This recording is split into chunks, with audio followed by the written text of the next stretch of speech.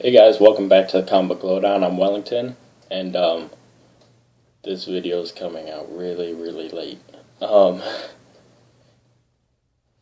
Again, just like last week, I'm putting my review videos from last week, or my reviews of the books from last week, and my haul from this week in the same video. And that's because it's Friday and I haven't reviewed the books from last week or shown off the books that I got for this week. So, by the way, I'm going to get a haircut today. That's why I'm looking sloppy. So, I'm just going to get started. I've got a lot of books. I've got 1, 2, 3, 4, 5, 6. I've got 7 books to review, and I think I got like 6 or 7 books in my haul. Something like that. So, we'll get started. And timestamps will be down below for the reviews. And then to get to the haul, if you want to skip the reviews and just get to the haul, all that stuff is going to be down below. So, check that out. And I review my books from least like to pick of the week. So, if you're new, there's the format. And here we go. First book, Swamp Thing, issue number 30. Now, I know a lot of people love this book, and I was loving this book, but this whole arc is not interesting me at all. Like, this is the only book that when I read it, I think about, like, skipping pages or just stopping, because I'm just bored. I don't like the supporting characters in this book. I don't like Capucine. I don't like the only person I like is Lady Weeds. But I don't like Wolf, and I don't like Brother Jonah. I don't like Capucine. And all of them around Swamp Thing, you know, Alec Holland, it's just like bogging down his character for me. So these past 3 issues, I've just been like, I don't even care. Like, there's story that happens, but it's bogged down with like so much like, just nothing, so much nothingness happening. So, Swamp Thing issue number 30. This book is, see, I know it's recommendable, but for me right now, I wouldn't recommend it. But I know a lot of people love the book, so I feel like I'm the only one on that one. Next book, Captain America, issue 19. If I'm dropping books anytime soon, definitely these last 2 books would be in consideration. Swamp Thing and Captain America. This issue, Captain America, wasn't terrible. It wasn't like at the level as the issue before it was, which I wasn't even impressed. But at the same time, this issue is only a step above that. This is the first book I read, so kind of having a hard time remembering. But I remember not being totally impressed. I remember it being kind of predictable, actually. Pretty much the same stuff is happening as it's been happening. They're still having this big fight with Iron Nail and this shield weapon that was being hidden from Captain America that's supposed to kill super soldiers or something like that. And Iron Nail took it over with the help of this mind bubble guy who is a brain control person, and he's controlling all these S.H.I.E.L.D. agents, including Nick Fury, and then there's a fight, and then at the end of this, of course, Captain America gets, mind controlled to wait for the next issue. I mean, that's a spoiler, but I mean, it's like a cliffhanger ending that I would have told you was going to happen at the start of this book. So, Captain America 19, uh, since the Dimension Z story arc, has been pretty unimpressive, um, which is sad because I love Rick Remender's writing, and I love his Captain America. I just don't think the story is that great. Next book, and you know what? I would even consider this a book that I'd be thinking about dropping as well. Um, Green Arrow, issue number 30. I love Green Arrow, but this is not like the Green Arrow that I love. This is, it's a good book, but it's not as good as people have been saying, and it's not as good as I want it to be. The art is starting to get a little old on me now, little bit tiresome for me, and just I don't care for this Outsiders War. I don't care for it, but this issue was better than past issues, because there was a lot more. There's a better pace to it. At the end of last issue, we see Green Arrow get shot with an arrow point blank by Komodo in his head, and then at the start of this, Green Arrow's like alive and doing his thing, and I was confused, but then it's explained pretty well, and I thought it was a cool like twist, and Green Arrow still having this fight with Shadow and his dad about lying to him and all this kind of stuff, and then this big fight breaks out between some of the clans, the Outsiders clans, and Katana's in here, and at the end of this we get a kind of a big thing that happens, but at the same time I was like,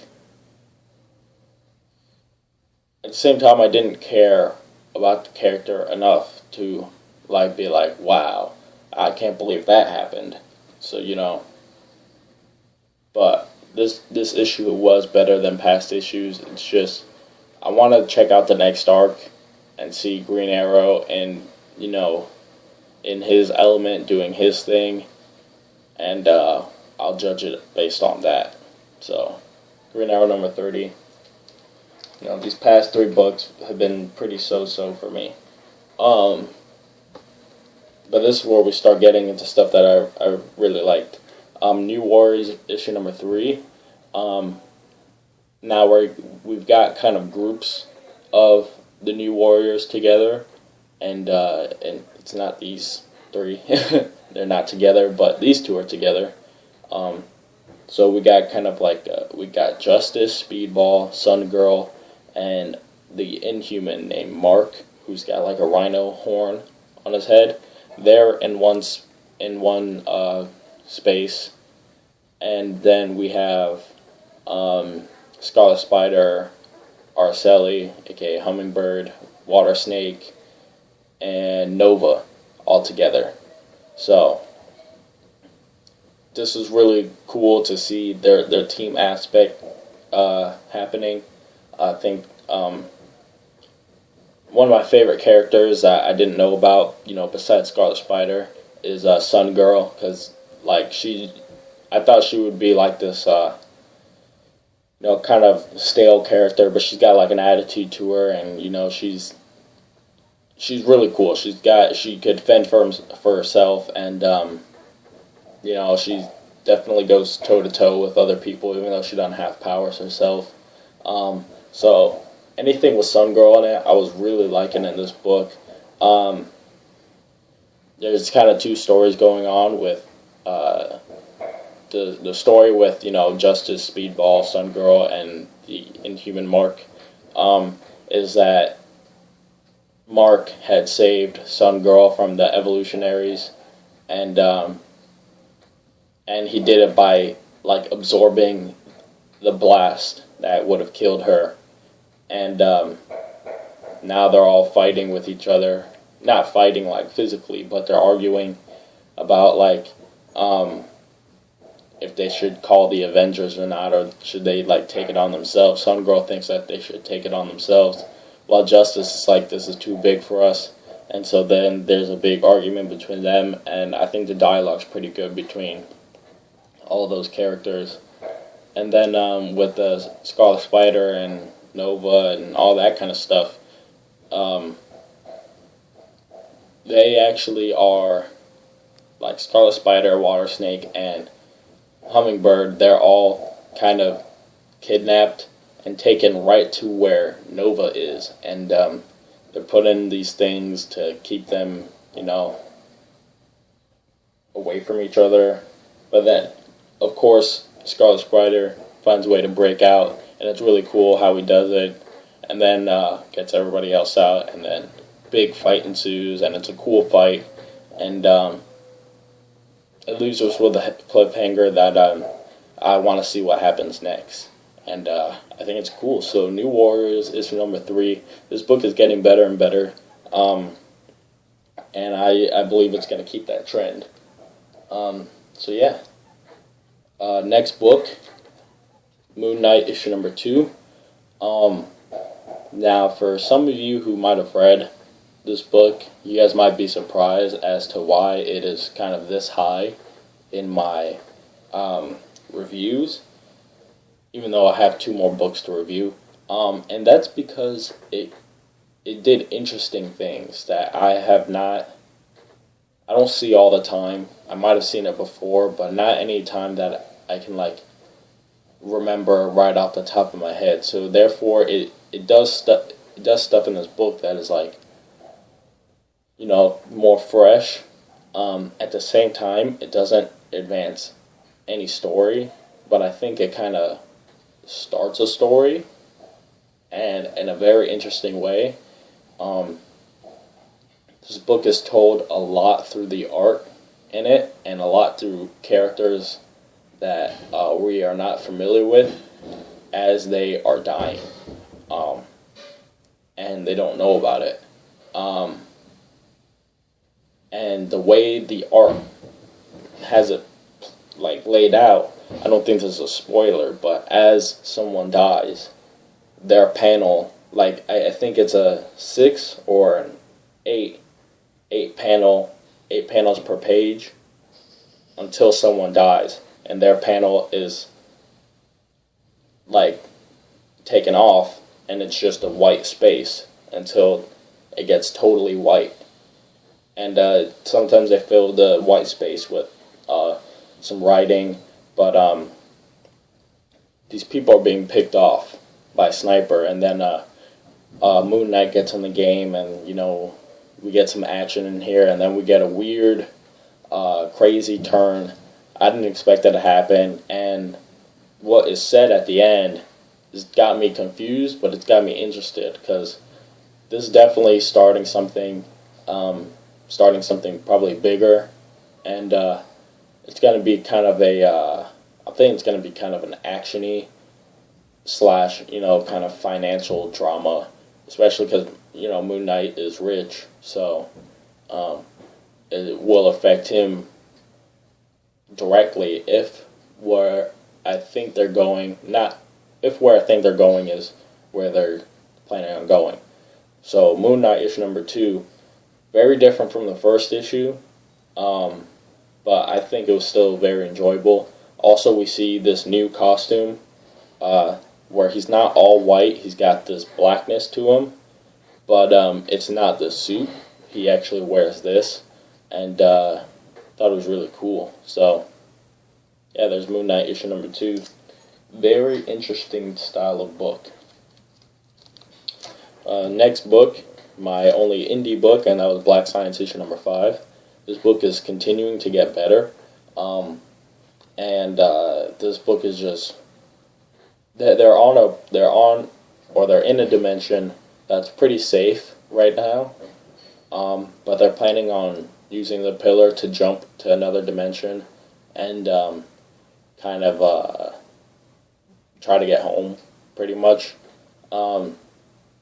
Even though it's safe where they're at, Grant insists that they get home and things like that. And at the end of last issue, we saw this like masked figure. Don't know who he or she is, and following them. And then he meets up with Paya and Nate, who are Grant's kids, and he kidnaps them, or he tries to kidnap them, but he's saying it's for their own safety. And that's when like all hell ensues in the action category of this book, because like it's just a high speed chase and a lot of fighting, and then we find out who this masked person is, and it's somebody that we know dash don't know, but we know. And I don't want to give it up. That's why this review is going to be shorter, because when we find out who it is, it makes the stakes a lot higher, and we're kind of shocked, and everything's explained though, and but then we find out at the same time who was the person that sabotaged the pillar, and at the end of this book we get a kind of the beginning of a like showdown between Grant and the saboteur, if you will. So Black Science issue number 5, it keeps getting better. Love it. But the final book, my pick of the week, Ultimate Comics Spider-Man, Ultimate Comics All New Spider-Man issue number 200, and I got the Peter Parker cover. This book was just so good. It's a book about everybody in pretty much Peter Parker's life getting together and just honoring his life. They have food and all this kind of stuff, and they tell stories, and they talk about what they think he'd be doing 10 years or 15 years in the future if he hadn't died. And it's just a really nice issue. And there's a lot of cool things that happen. A lot of characters meet up that haven't met up in a while. Gank, or Gonk, for Miles Morales, his friend, he gets a definite thank you from Gwen Stacy for a gift that he gave her, which was A-OK in my book. And then it seems like a simple issue, but Bendis does such a good job in writing the dialogue for these characters and, making them so human, so real, that it touches the heart. And what they do at the end of the book, is just testament to how they honor Peter. So, short review for such a great book, but it is such a great book, and I can't give anything away because it's too much detail. But this book was amazing. It was ultimate, I should say, not amazing. So that's it on the reviews. Now we're going to the haul. So, I think I only got Marvel this week. Yeah, I skipped out on Batman Eternal. That's a book a week at $2.99. That's too much for me. I'm not going to do that. And I also skipped out on Iron Fist, even though I heard that it was great. So, unfortunately, but I picked up a good amount of books this week. I got 6 books, and some of these books are pretty thick, or just packed with stuff. So the first book, it's going to be packed with stuff, is Daredevil 1.5, and this is the 50th anniversary issue with probably one of the coolest covers I've ever seen. And there's just going to be a lot of people that write on this, and it's going to be a couple of stories, I'm guessing, and it's just going to be good. It's going to be good. I don't know what to expect from it, besides that it's going to be good. Another book, trying this out. Hopefully it works out better for what I wanted in Amazing X-Men, and this is Nightcrawler issue number 1. I love the Chris Samney cover on here.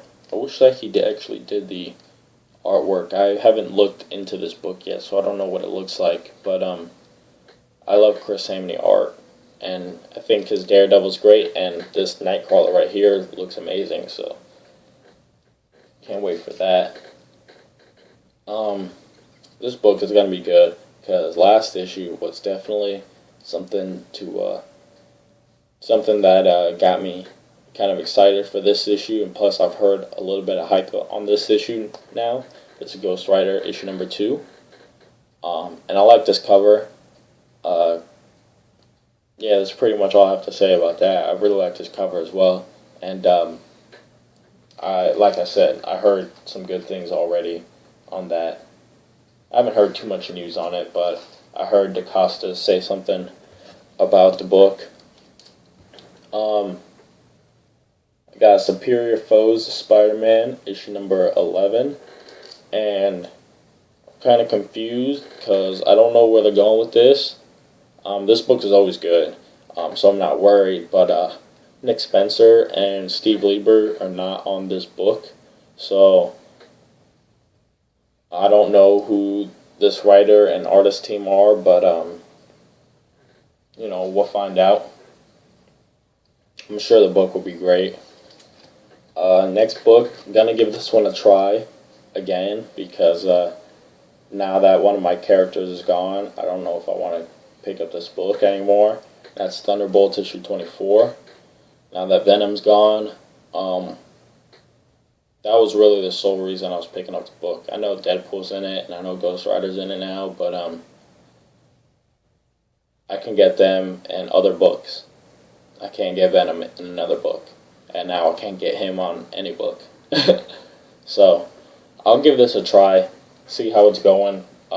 It's been getting better. Let's see how it does in a real arc. And then finally, last book, The Wedding of Deadpool, issue number 27. This is an amazing cover. This cover, I think it wraps around. There's like so many characters in this cover. See that? Just so many characters. We even got Evil Deadpool. Oh my gosh. Just so many. We got Duke, Hulk, Black Panther's here, Hawkeye, all the people from Asgard, and Beta Ray Bill. Dang, there's a lot of characters. And this is my favorite right here. This one's my favorite. This isn't even a real character. I don't even know if you're going to be able to see him. But that's a Wolverine Daredevil mix. That's Daredevil in his yellow costume with a Wolverine mask. So, now they're just messing around. But yeah, this is a final book that I got, and I'm going to love this book because it's a huge book. Huge book. The most important issue 27 in the history of comics is what it's labeled as. So, we'll see how this goes.